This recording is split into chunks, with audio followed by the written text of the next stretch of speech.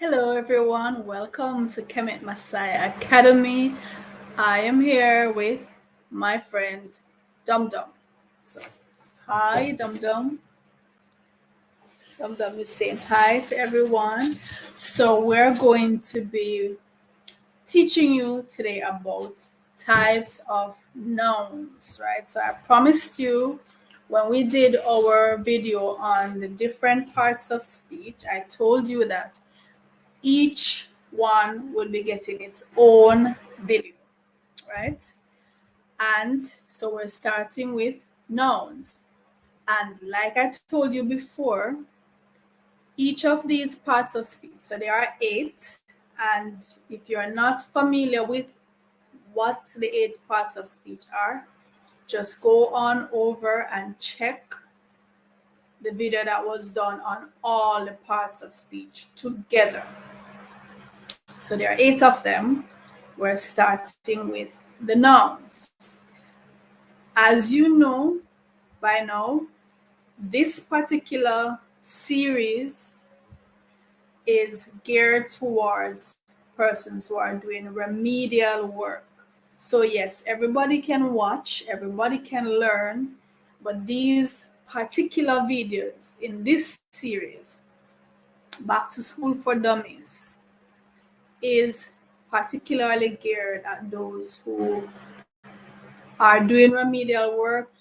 You're more than likely adults who have missed out on some of the basic fundamental things and you want to catch up, right? So now is the time, this is the place for it.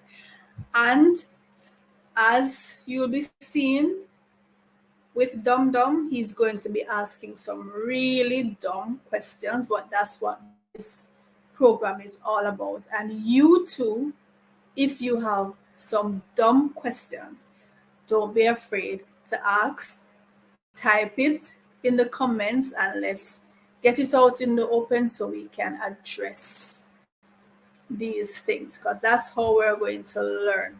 All right, so the topic is nouns, right?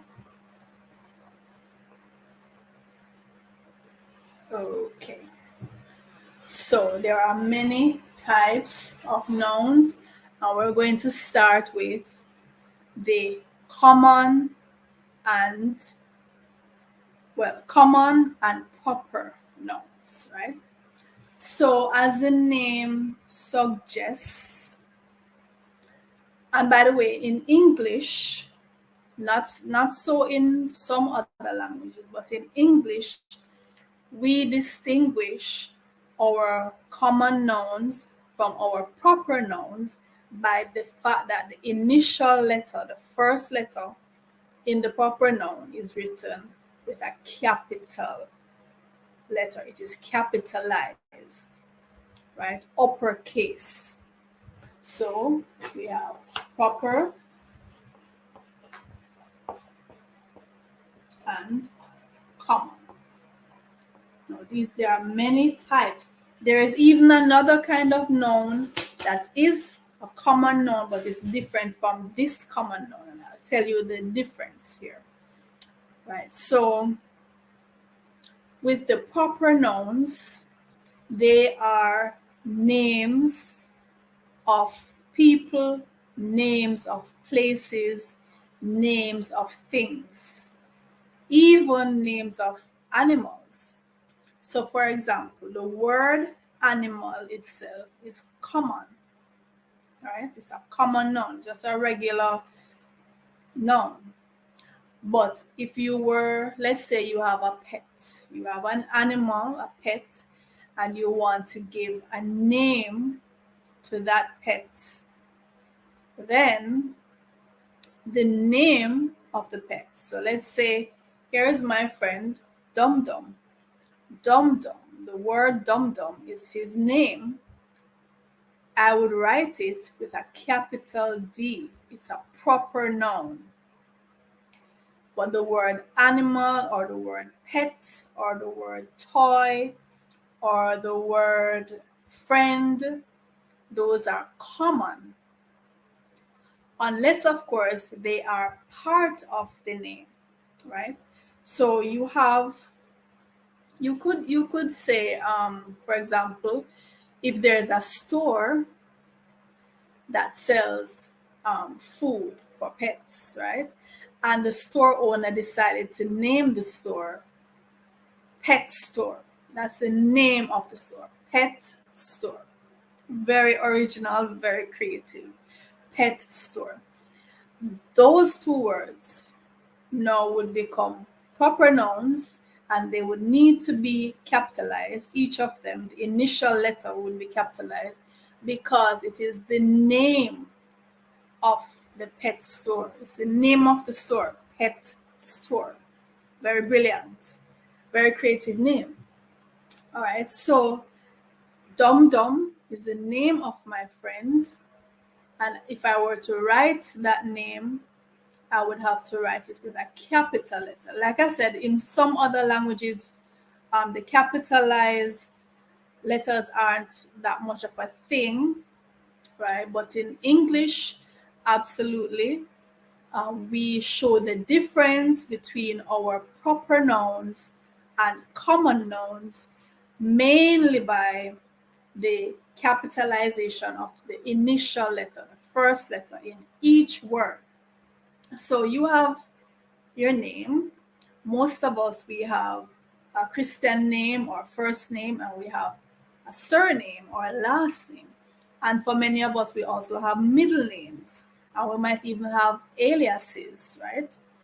Each of those on its own would begin with a capital letter because it's the name of someone.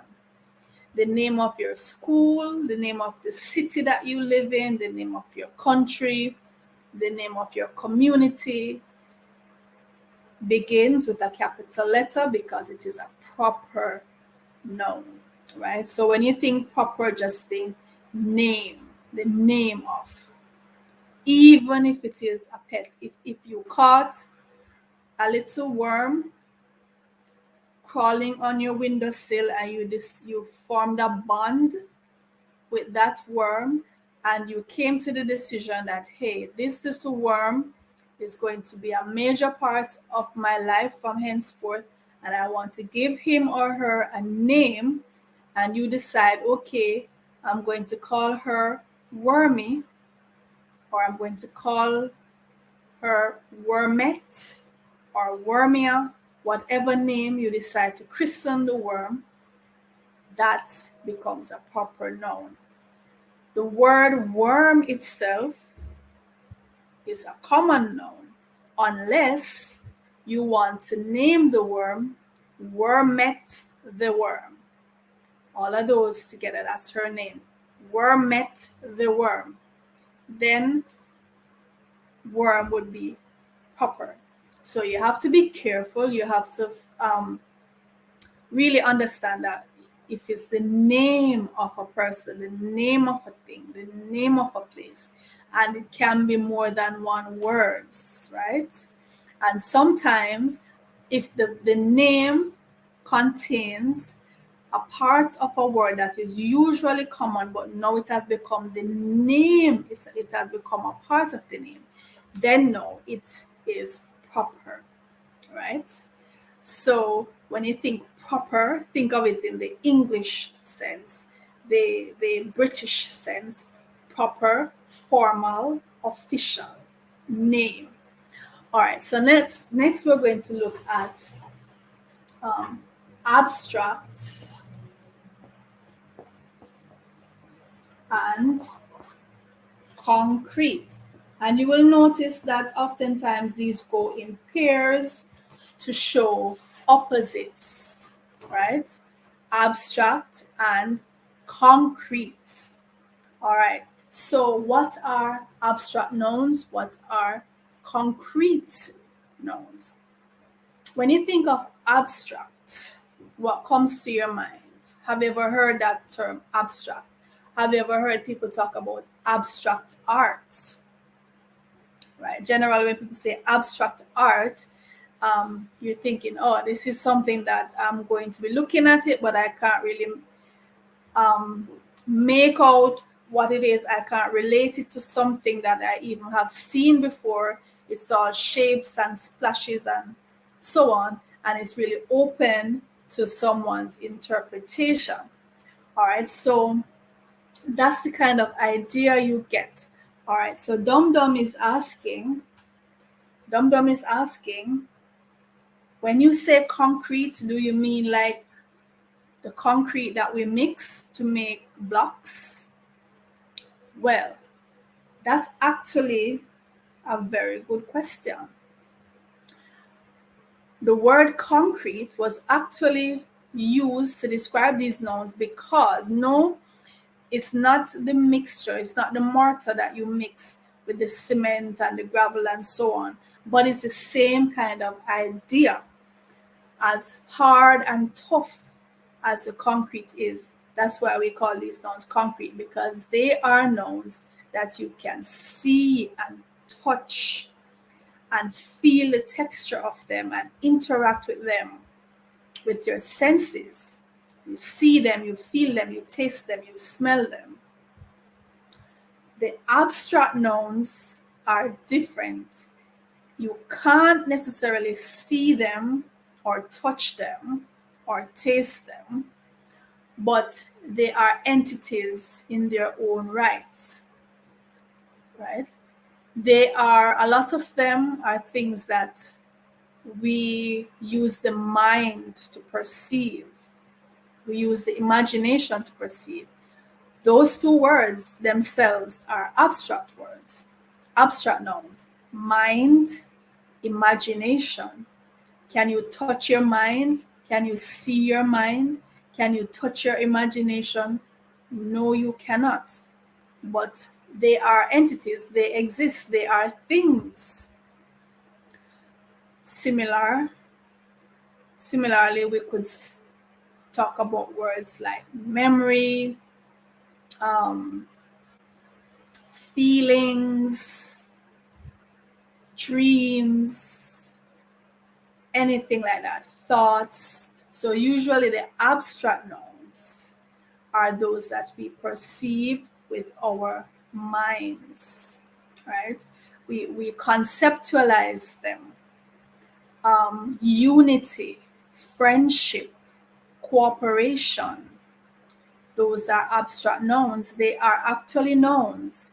You can see friendship, you see the effects of it, you see how it expresses itself in the relationship, and that's another abstract word, relationship. So you'll find a lot of abstract nouns ending with ship and shun, right? A lot of them will end with those words. Community, communication, those are abstract nouns. The common nouns, the concrete nouns that you can touch and see and so on, they are more plentiful, right? They're all around us. The chair, the board, the chalk, the uniform, the laptop. These are concrete, right? So Dum Dum, they are not concrete in the sense that you're going to use them to build houses. They are concrete in the sense that they are hard, they are tangible, you can hold them, you can manipulate them with your senses. All right, so then we're going to go to two other kinds of nouns, and those are, well, let's talk about possessive nouns, right? Possessive nouns, as the name suggests, have to do with ownership. When you possess something, you own it, right? In English, possessive nouns or ownership is shown by the use of the apostrophe S. So you may have seen words with a little S at the end, and there's something that looks like a comma, but it's all the way up in the air. That is called an apostrophe. And when the S goes with the apostrophe, it shows ownership in English. All right, so there are other parts of speech that show ownership. For example, certain pronouns show ownership. Yours, mine, ours, theirs, right? Possessive pronouns. But if we're using the noun to show this belongs to this person or this belongs to this thing, right? So here I have my ribbons, right? They are my ribbons.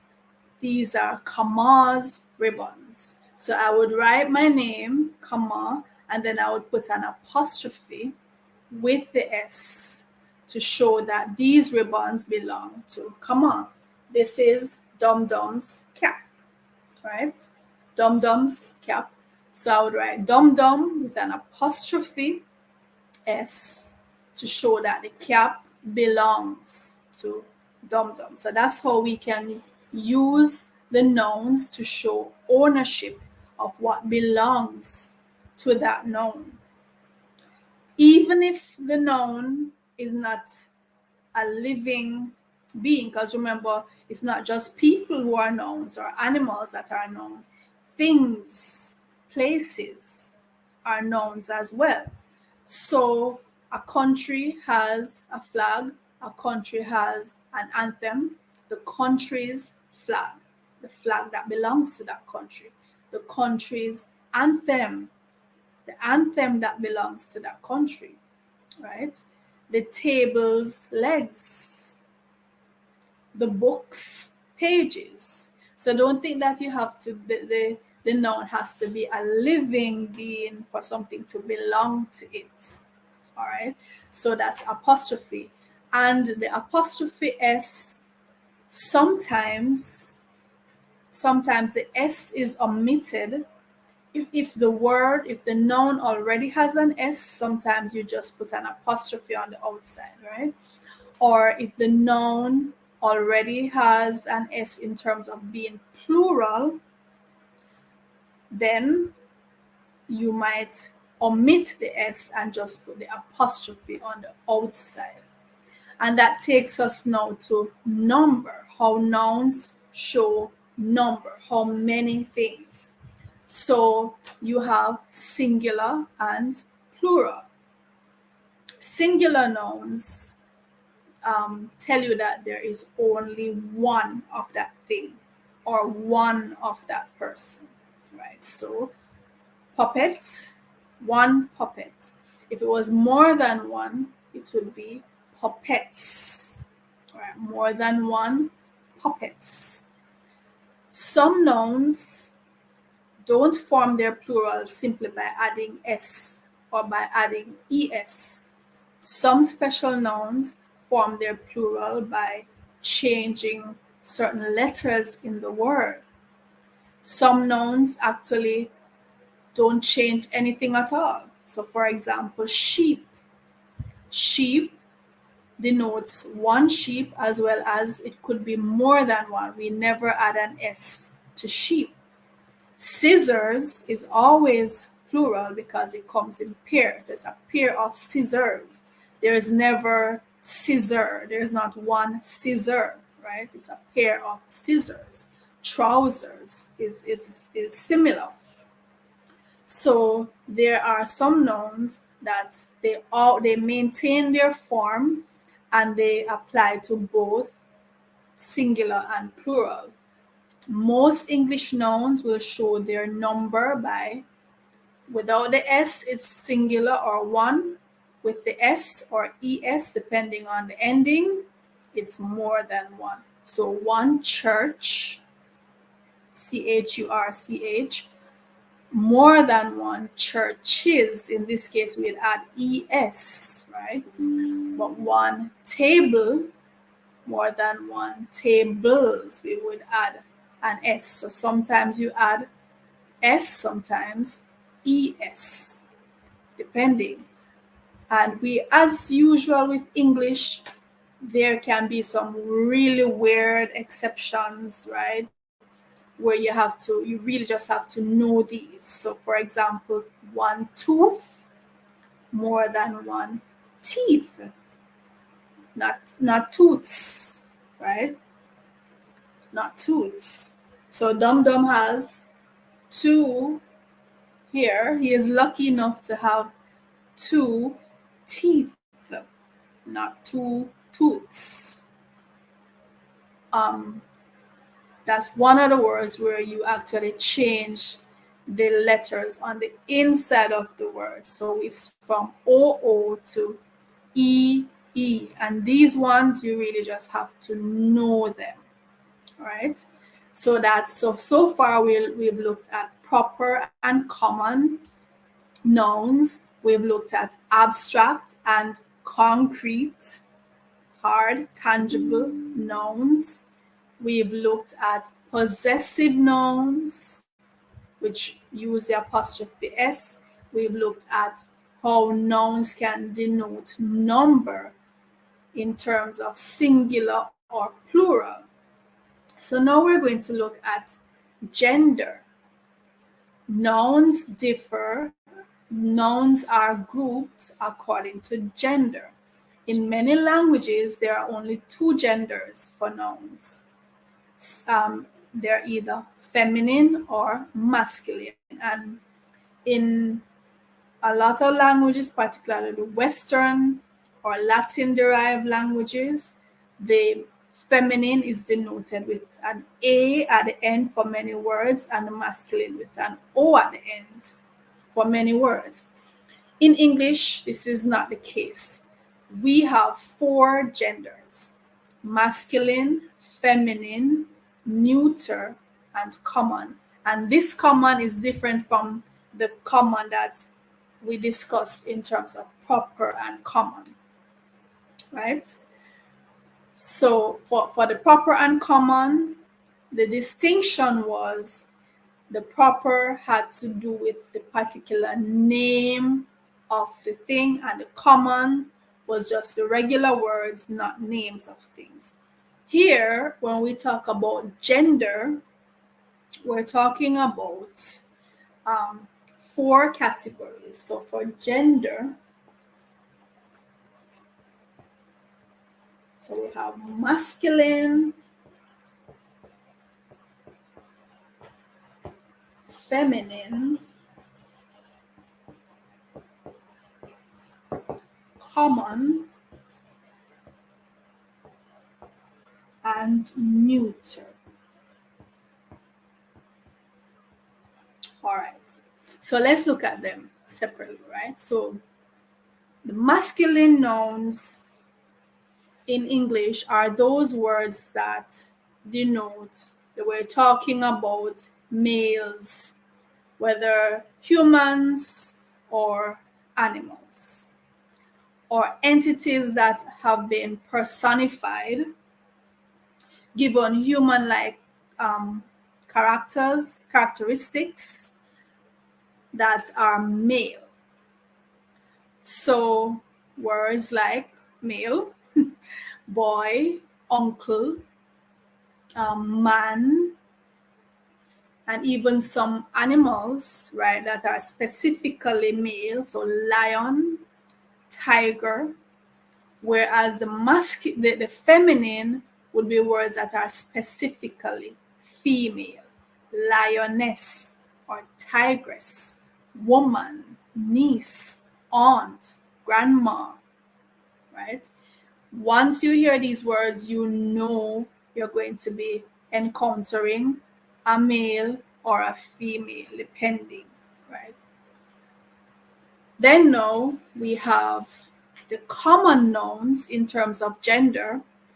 These nouns could be either masculine or feminine, or let me put it this way, it could be either a male or a female. You don't really know until you see the person. So if I say, my mom had a baby yesterday, the word baby, it could have been a male baby or a female baby. I have to see the baby and encounter the baby to know. But just hearing the word baby, I can't tell yet. Same with cousin. Cousin can be a male or a female, right? Teacher can be a male teacher, female teacher. Nurse, doctor, student, tutor. These words are common because just hearing the word, you can't tell. It could be either one. You really have to encounter the person or the thing, the personified thing, to really know for a fact, right? And you can think of lots of these words. So let's call them again. For the masculine, just think of your family members who are males, nephew, uncle, grandfather, son, brother. All of those are males, masculine gender. For the feminine gender, mother, auntie, niece, sister, daughter, those are feminine. Once you hear the word and you know for a fact, this I'm going to encounter a woman or a girl, those are of the feminine gender. The common gender is those words that you really can't tell just by hearing the word. You can't tell if it's masculine or feminine. It could be either one. So we said baby, friend, student, doctor, teacher, tutor, those words. And in terms of gender, no, the common gender are those that can be either one. The neuter comprises all the inanimate objects. In other languages like Spanish and French, for example, inanimate objects have either masculine or feminine gender. So mesa, table, that's feminine, right? Actually, feminine and masculine, even if the thing is not alive. In English, the neuter gender is given to those inanimate objects. So we don't think of our table or chair or car as being masculine or feminine. It's neuter, right? So that's it in terms of gender. The last set of nouns that we're going to look at are collective nouns. And by no means are these the only nouns. Trust me, there are other types of nouns as well. But these are the regular ones that you're going to encounter, right? Collective nouns, right? So what does the word suggest? Collective. So are those things that we collect? Are collective nouns necessarily things that we're going to collect, like stamps, the way we collect stamps, or the way we collect antique furniture or something like that? Well, the word collective denotes the fact that we're talking about a lot of things working together as one body. And collective nouns, most times, even though it's many persons or things in acting as one unit, it takes a singular verb. So in English, the noun must match the verb, right? There must be agreement between the noun, the number in terms of singular and plural. It must match up with the verb, singular and plural.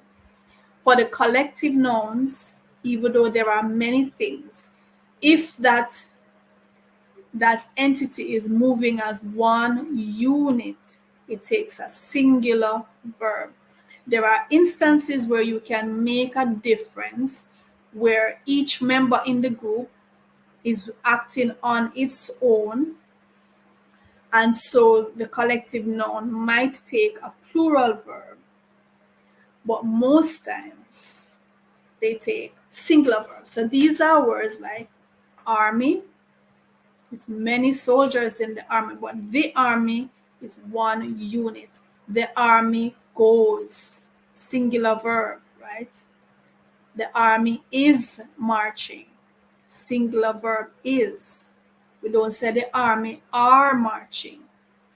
Choir, the choir sings. Not the choir sing. Typically, more than one things sing, but the choir moves as a unit. The choir sings as a unit. Congregation, audience, staff, team. These are all collective nouns. Spectators would not be a collective noun. Spectators is the plural form of the word spectator. So the spectators are watching, but the audience is watching. So you have to be very careful when it comes to the collective nouns. Remember that they take singular verbs for the most part, right? So those are the types of nouns that we're going to look at today, right? So we had the proper and common nouns, abstract and concrete nouns. We had possessive nouns that show ownership. We had singular and plural nouns that show the number of things. We looked at gender, the gender of nouns, masculine, feminine, neuter, or common. And then we looked at collective nouns, which are group names. And it's not just in terms of humans. We have group names for animals. We have group names for objects, right? The herd, that's a group of cattle, right? The litter of pups, right? Or the litter of kittens. So there are a bunch of grapes, a forest of trees. So the forest is in the western part of the island. The forest has many trees. The forest is a collection of trees, but the forest is, not the forest are, right? The bunch of grapes is on the table. There are many separate grapes on the bunch, but it is one bunch. And this is, you have to be careful when you're looking at number in English. What is the focus, right? Is it the individual grapes or is it the bunch? We're talking about the bunch. A flight of stairs, a swarm of bees. So the swarm is, it's many bees, hundreds of bees in the swarm, but they work together as one unit. Right? So this is what we're talking about when we say collective nouns, and there are dozens and dozens and dozens, right? So it's for you to get yourself acquainted with these nouns, all these types of nouns.